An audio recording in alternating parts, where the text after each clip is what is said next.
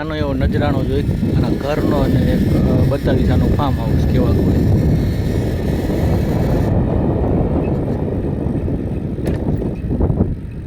ત્યાં vanity van બધી વાનમાં એ લોકો વાહે કેરિયરની જેમ બાંધે એટલે ગમે ત્યાં ફરવા જાય ને અરે એનું ઘર જ ગણવાનું હોય.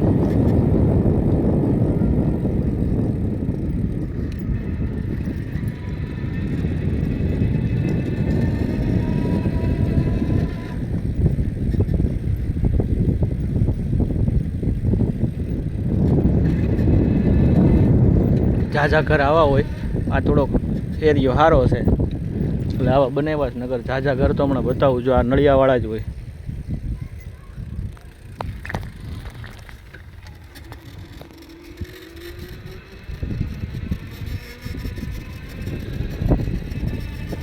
આવા ગાર્ડન જો આવા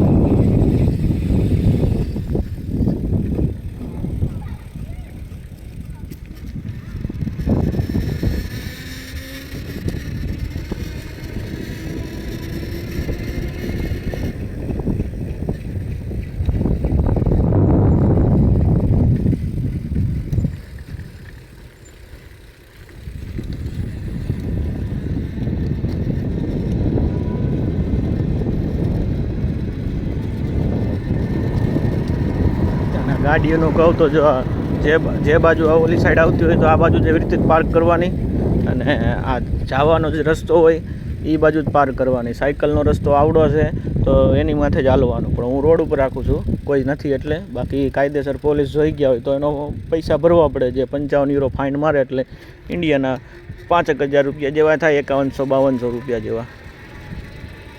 જો ઝાઝા ઘર આવા જ છે અહીંયા, આવી રીતે હોય એટલે બરફ પડે ને બધો બરફ આવતો રહે નીચે.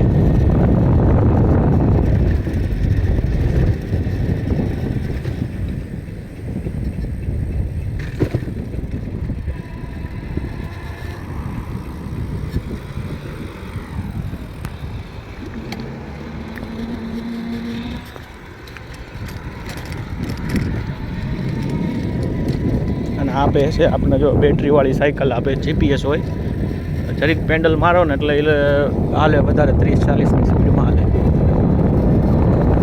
આવા કરે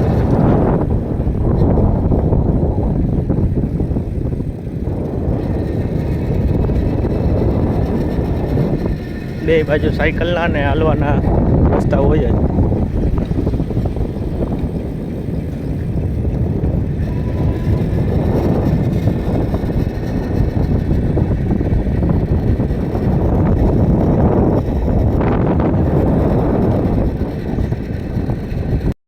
જો સાયકલ હાકે તો હેલ્મેટ ફરજિયાત પહેરવાનું.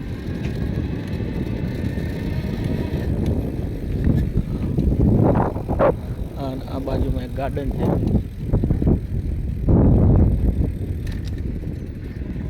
હા જોઈ લ્યો, આવા એના ફાર્મ હાઉસ હોય. જો એક આવું ઘર હોય, આજુબાજુ ફૂલડા વાવ્યા હોય અને મતલબ આમાં નામાં દેશી ભાષામાં આપણી રીતે નાનામાં નાના ખેતી કર્યા રાખે, ખેડા રાખે ને નવા વૃક્ષ ને એવું બધું વાવ્યા રાખે ને ફળ ને ફ્રૂટ ને એ બધું મતલબમાં વાવે.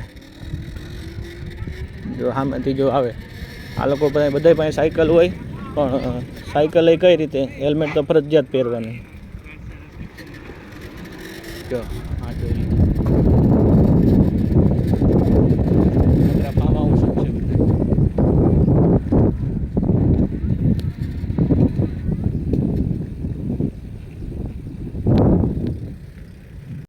જો પછી આ છે ને ઘરે બધા નાશપતિ, આ સફરજન છે, સફરજન ઉગાડે, નાશપતિ ઉગાડે. આગળ હમણાં એક જોઈ જો આ લોકોના ઘર,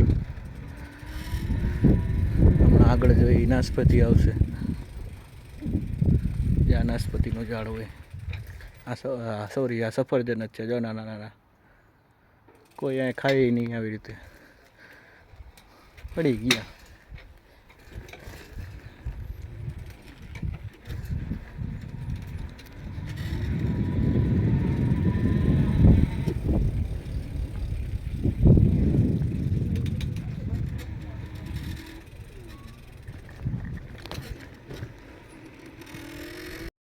હાઈવેનો નજારો.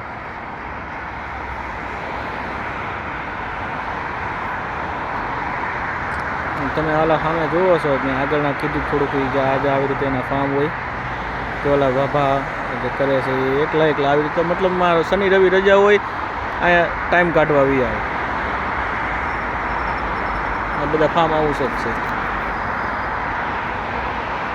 અને ક્રિસમસ આવશે એટલે બધા અહીંયા જ આવશે.